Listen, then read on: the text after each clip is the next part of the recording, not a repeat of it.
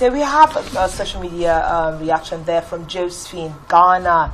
Dear Global Baba, I love your preaching, but I like to ask, if Mary did not birth Jesus, who did? Again, you see, people just pick clips here and there. Yes. It was a holistic teaching that the birth of Jesus by Mary was not an actual birth because there was no sperm. There was no egg fertilized. Mary herself asked the angel, how shall these things? I don't know any man.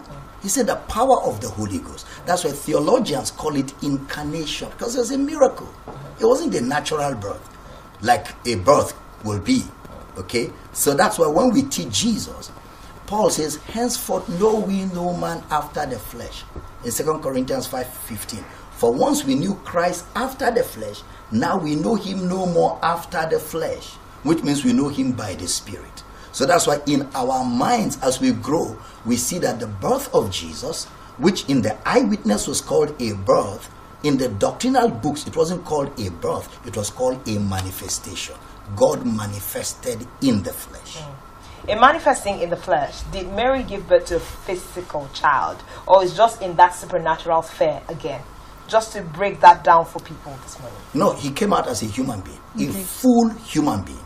That's why he had to learn. He had to grow. He had to eat. He had to sleep. Because he was a complete human. See, Jesus is 100% God as though not man, and 100% man as though not God. We call him the tenthropos, God-man.